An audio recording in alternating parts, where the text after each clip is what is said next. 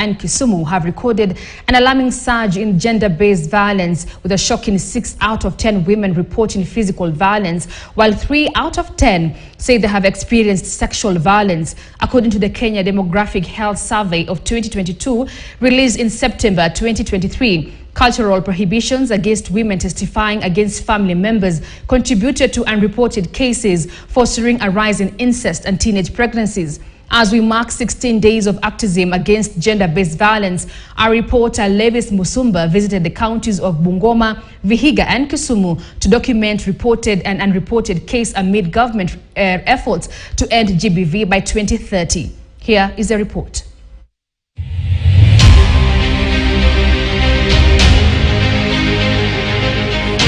In the quiet hills of Chepkurkur village, Bungoma County, a seemingly peaceful community is grappling with a dark reality, an alarming surge in sexual gender-based violence, where victims, often silenced by societal norms and stigma, are left to bear the burden of their pain alone. Nilipokuwa nimemtuma sokoni kununua sukari, akapatikana na mtu mmoja ambaye miaka 32 akashika na akamfungia tu kwa nyumba na akamrape.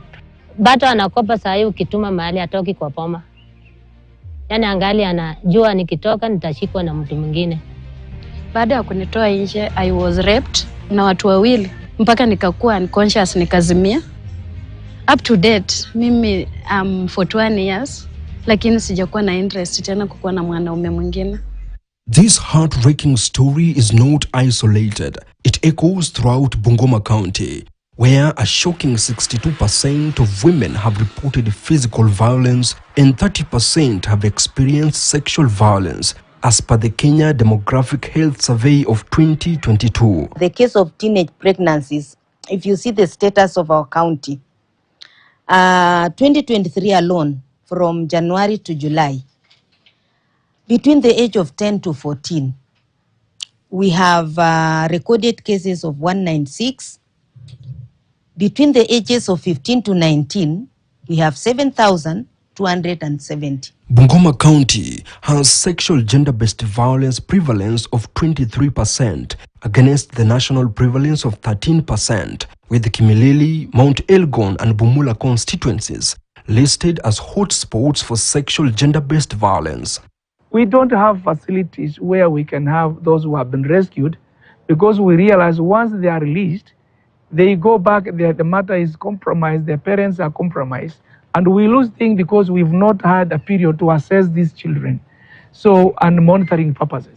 So what we are saying, there is need to have facilities to address for safe homes for the victims of these crimes. This year I've had 2 cases. When one lady said the husband did beat until she aborted, but when we told her to press charges, she did not. The gravity of the situation extends beyond Bungoma. Vihiga County, just 2 hours away, grappling with its own crisis. Serikali iangalie kipengele cha hawa watu wenye wanadefile watoto. Isichukue muda mrefu sana, because sometimes unachukua mtoto, unaona kama saizi nimekaa hapa na mtoto for over 7 months sasa. Bado tu tunaenda kotini, mention perpetrator. Hata kuna wale wenye wanaachiliwa on bond, and you see it is also risky. It's not safe on my side. Roughly, we are getting between 10 to 20 cases per month. We have like 10 surrounding schools, majorly day schools, and out of these 10 surrounding schools, at least 10 are getting pregnant per year. So we are like having 100 teenager deliveries. When we look at these cultures that pull us down, where people need to sit in kangaroo courts solving problems that are supposed to be taken to court, it ends up denying justice to the victims. In the serene settings of Kisumu County, personal stories unfold, shedding light on the complex web of challenges faced by survivors. Nilishika mimba, nika drop out of school. Nilikuwa form 2 na nilikuwa nimeishi na aunti yangu. Bahati mbaya nikapatikana tena niko positive. Sasa tena ikakuwa hadithi nyingine. Sasa nikaanza kuwa na stress, ninalia. Ni kama nilikuwa nataka kujiua, nikamwambia mimi nimekuongeza mzigo na mtoto wangu tena niko mgonjwa. Juu baba mtoto pia alikataa, akasema huyo si mtoto wake, yeye amjui. nitafute baba ya mtoto. In responding to this urgent situation, the Let It Not Happen Again project, initiated in 2019 by the governments of Italy and Ireland in collaboration with UN Women and the Office of the United Nations High Commissioner for Human Rights, has been making strides in preventing and responding to SGBV, particularly violence against women.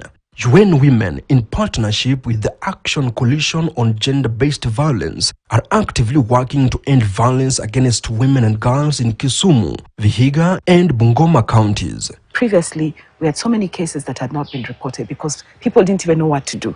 So there was a lot of losses in between when people were trying to demand for accountability. But then it was to make sure that we had quality service that was given, that the duty bearers also needed to know what they were doing. And when I say duty bearers, I'm literally talking about the justice system. So the police, the judiciary, the Department of Health, that is at the high level. But then at the community level, there was also the need to be able to create a referral pathway that would ensure that community members who were violated in one way or another knew exactly what path to follow when they are pursuing accountability. With the designation of a SGBV court now, that enables access to justice to be quicker. The number of cases that we have been able to finalize in the recent past has been impressive because of the designation. People come easily and they come feeling protected. In the face of diversity, these survivors are not just statistics. They are resilient individuals demanding justice and change. It is a call to action, breaking the silence, breaking the cycle, and breaking free from the shadows of gender-based violence.